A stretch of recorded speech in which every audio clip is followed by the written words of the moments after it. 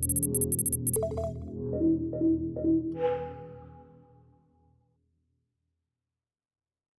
afternoon.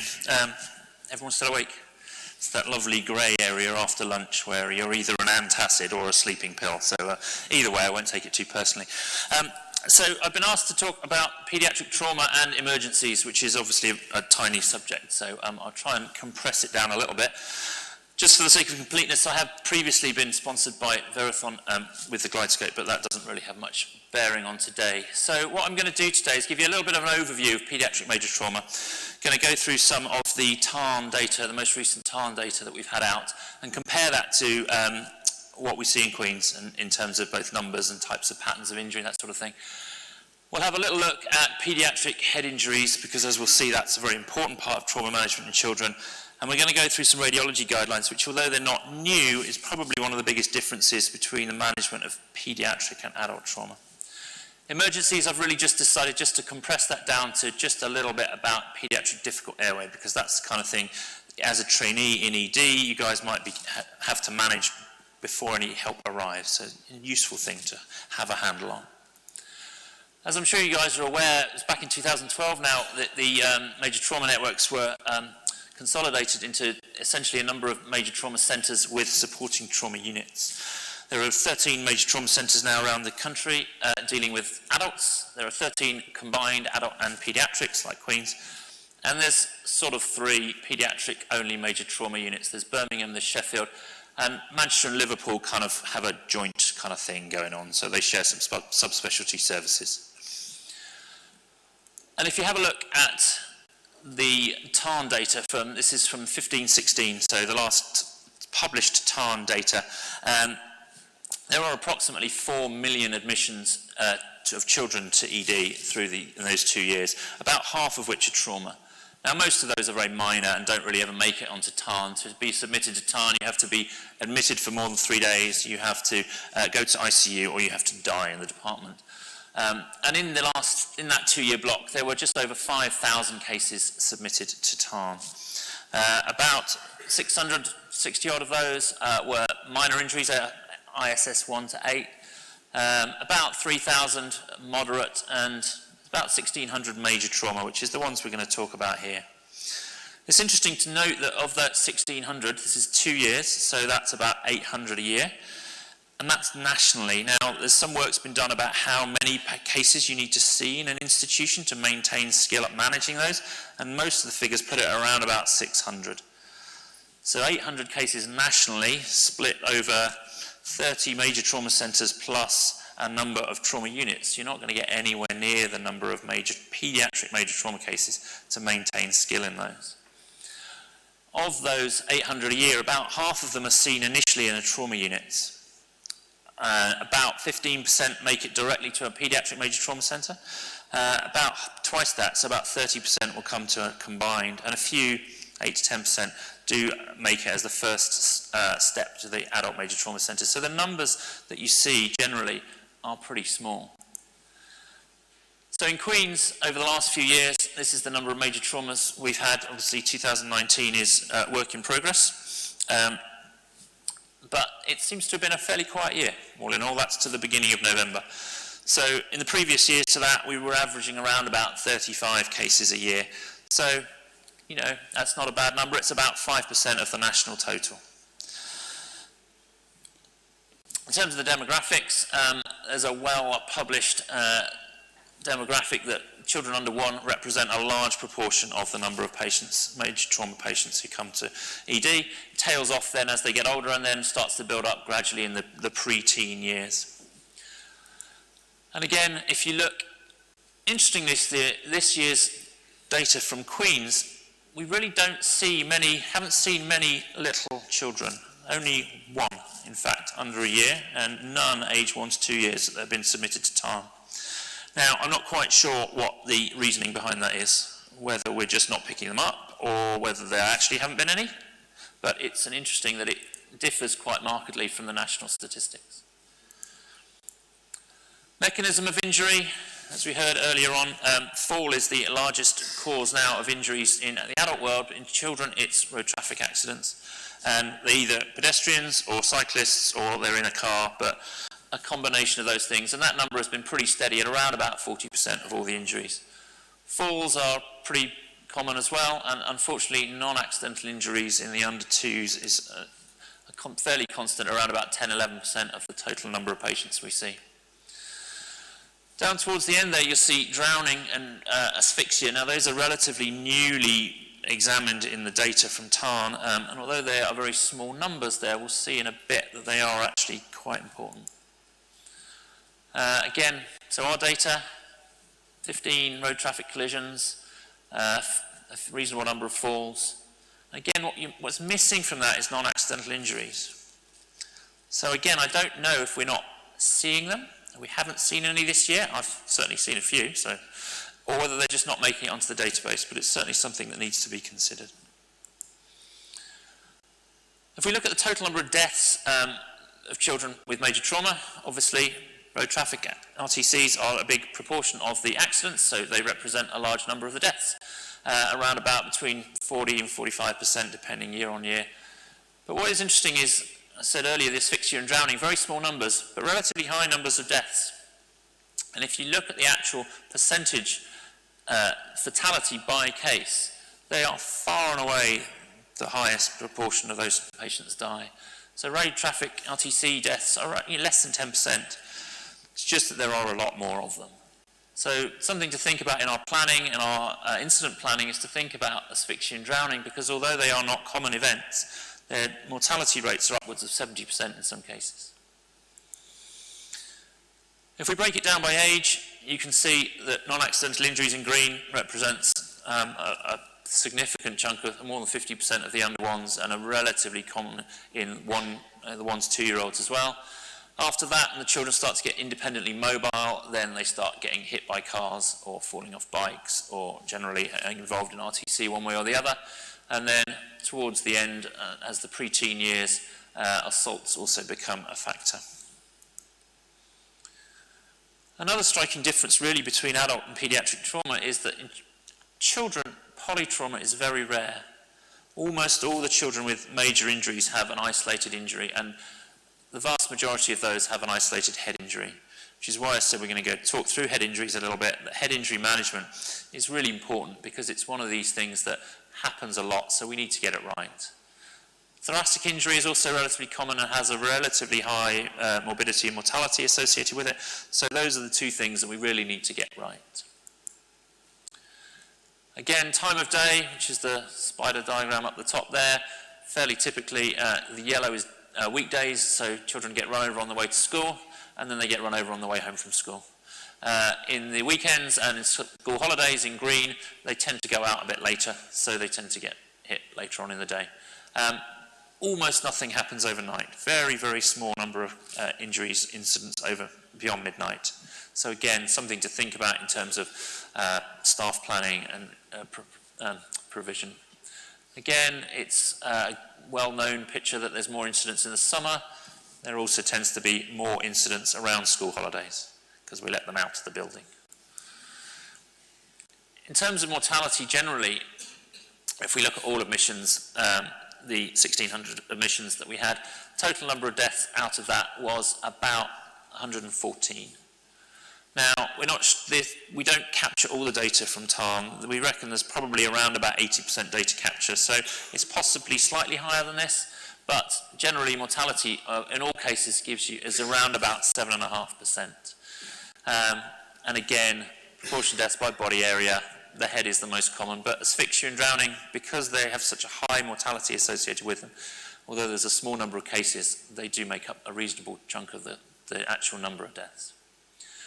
I said earlier, head injuries are important. If you split off the patients who come to hospital with a GCS of less than 15, the mortality jumps immediately from 7.5% to 16.5%.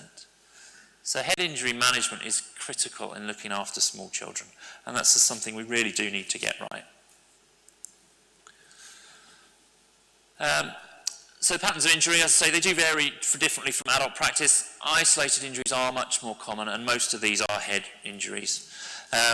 Burns also is a common problem, particularly in small children. Interestingly, if you look back at a paper from 2009, the overall mortality in children with a low GCS was around about the same, but the overall mortality for all cases was actually almost half. So I don't quite know what's going on there either, why our overall mortality is worse now than it was 7 years ago. But either way, head injuries, very important sentinel condition, something we do need to get right. I'm going to keep saying that, I apologise now. So isolated injuries are common here in Nottingham as well, as you would expect. About 80% of our patients with a high ISS had a head injury, which is pretty much on a par with the national data. And it represents about half of all paediatric trauma comes with head injuries. All of our children, all the babies, the under ones, had a head injury. Our mortality since 2009 has been around about 4%, so probably slightly better than the average, and certainly better than the ISS would suggest. All those patients had an ISS over 20. So what is it about head injuries that is difficult to manage? Well, we always say as paediatricians that they're not just small adults, and they're not really, and the smaller they are, the more different they are. Your teenagers, yeah, probably, I'll let you off on that one, but certainly once they get down to the preschool years, they are a different animal entirely. And we really don't know what variables to aim at. Matt talked earlier about systolic blood pressure not wanting to drop below 90. Well, some of my patients never have a systolic blood pressure that high, and if it was that high, then they'd be in serious trouble. So where do we aim? Where does autoregulation kick in? What levels does it? We just don't know. We think probably a mean of above 40 is okay, but again, in a 2-day-old, it might not be. In a 15-year-old, that may be nowhere near enough. It's also quite difficult in some, particularly with the smaller children, again, to measure some of these variables. So it's difficult to determine where we're aiming. Thoracic trauma, uncommon, but relatively high mortality associated with it, about 15% generally. So again, it's quite common to see, particularly in small children, you get soft tissue injuries without overlying bony injuries. Abdominal trauma is, again, a bit more common. It's quoted as being the leading cause of unrecognised fatal injury, but the actual numbers are relatively low, and we should be able to pick it up most of the time with a physical examination. It's unusual, again, big difference here, and adult trauma is that we don't do a lot of paediatric trauma laparotomies. Most injuries, even splenic liver lacerations, are treated conservatively. So a lot of the time it's a watch and wait and see how things go.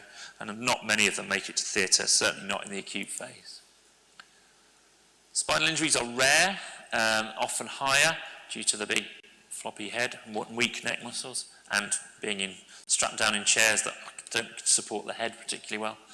Spinal cord injury without radiological evidence we talked about earlier on as well.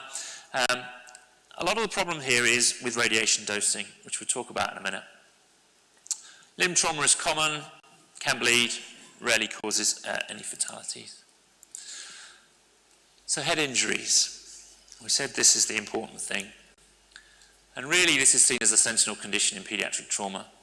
And it is the most common single cause of trauma deaths and accounts for about 75% of all deaths from injury in children. Most common causes in babies and infants, unfortunately, is non-accidental injury, then it's falls, and then, as I said earlier, once they get independently mobile, they tend to get hit by cars. So a number of different mechanisms, but all things leading to the same outcome.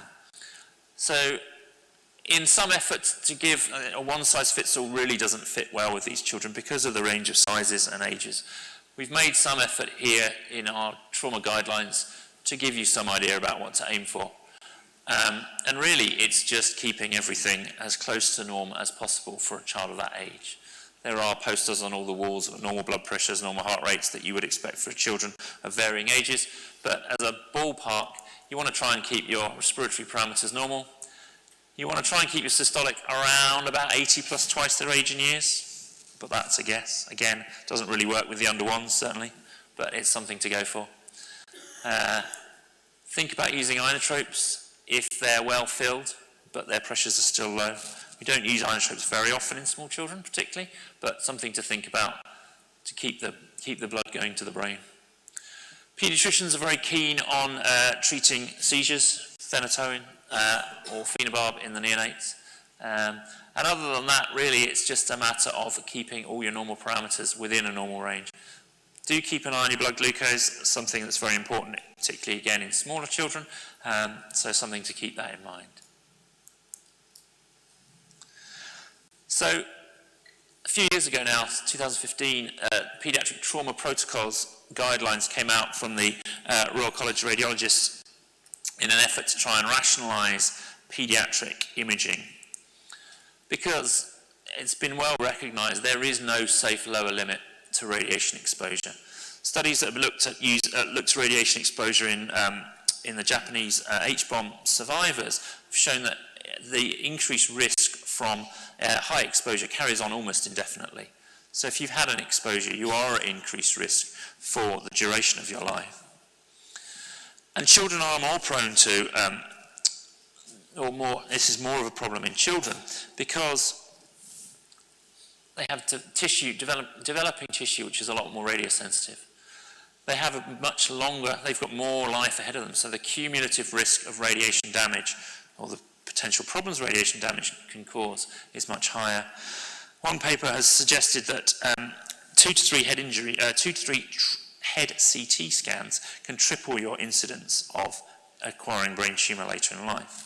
Now, the rate is still low, but that is a significant increase.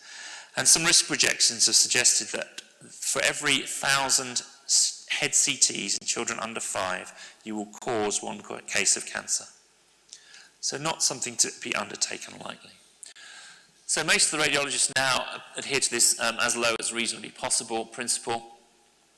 And really the routine use of adult protocols in these children is just not appropriate. So some other key points to pick out from the guidelines is that ultrasound, really, they say there's no place outside the interventional procedures. So no fast scanning in children. MR for suspected spine injuries is very useful, although not necessarily in the acute setting. When I was involved in rewriting the APLS trauma guidelines, they were very keen on putting MR in as part of the initial assessment of head injuries, which would cause a few problems, as I'm sure we're all aware, so we didn't do that. Plain X-rays, though, are often the best thing you can do with these kids. But if you do need to CT them, think carefully about it. Think about dose reductions. Most of the newer equipment now is much better in terms of radiation exposure than older equipment. So you may well be asked to use a different scanner than you would do normally for an adult one, just because you get a lower exposure from newer scanners. So head injuries, really, CT is still the investigation of choice, but just be careful. Indications are according to NICE guidelines, which we'll have a look at in a second, and because head injuries are very often isolated in children in this age group, needing a head CT is not an indication for needing further body CT, further CT to other areas of the body. So the PAN scan really, in most cases, is not appropriate in children. So there we go, one of Dr. Wiles' favourites, NICE guidelines. And this is the NICE guideline for selection of children for CT head. And it's fairly straightforward, really. And it says, if any of the following risk factors are present: suspicion of a non-accidental injury, post-traumatic seizure, low GCS, suspicion of a skull fracture, or children under 1 with breathing. So, really, if you get any of those, you get a CT. So this is a case where you need to take these guidelines and treat them and apply them to the patient you see in front of you very carefully, because on the basis of that, you could pretty much give anyone a CT, really. And as we said, that's not really what we want to do.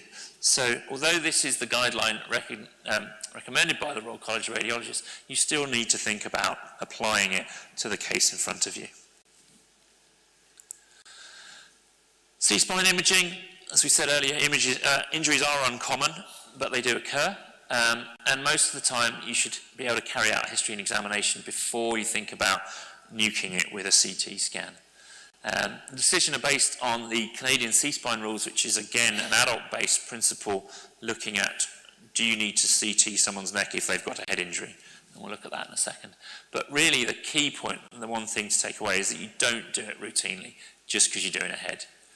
A lot of the time, plain films will get you the images you want. I spoke to one of the radiologists here a few years ago now, and he said in the 15 years he'd been looking at these films, there was one significant injury, C-spine injury in a child under 11 in the 12 years he'd been doing it, and that showed up on a plain film. So plain images will get you most of what you need. So here's your nice guideline again, and this is for presenting with an emergency department with a head injury. Do we need to scan their neck? And even more so than the previous guideline, if you applied this to the letter of the law, GCS less than 13, you've intubated them, or they've got a head injury, any of those will buy you a CT of your neck.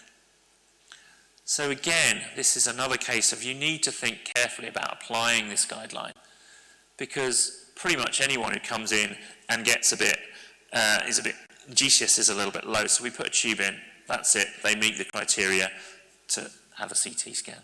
And we don't want to do that if we can avoid it. Most of the time, you can get what you need from plain films. Other areas, chest injuries, plain films generally. Penetrating injuries, probably a CT is the best way to go. Abdomen, again, careful history and examination if you need to do any imaging, a contrast-enhanced CT. Thoracic spines, plain film and MRI. Limbs, usually plain films. And pelvis, pelvic fractures are pretty rare. So now we don't x-ray them routinely. And if you're very concerned or there are issues, again, a contrast-enhanced CT is what is recommended. I'm not going to do that one because we've gone through crash 3 already. So that's a whistle-stop tour through paediatric trauma. So, paediatric difficult airways in the last 5 minutes. So what is a paediatric difficult airway? Is that one difficult? That one? What about that guy? That would worry me more. What about that? It's one for Dr. Bandel there. That one probably worries me more than the others. It's just no chin. And I don't know if he's the same guy, a bit bigger, but either way, again, the problem is variety and the variability and the size. I always say to the trainees that managing a paediatric airway is not more difficult than managing an adult airway, it's just different.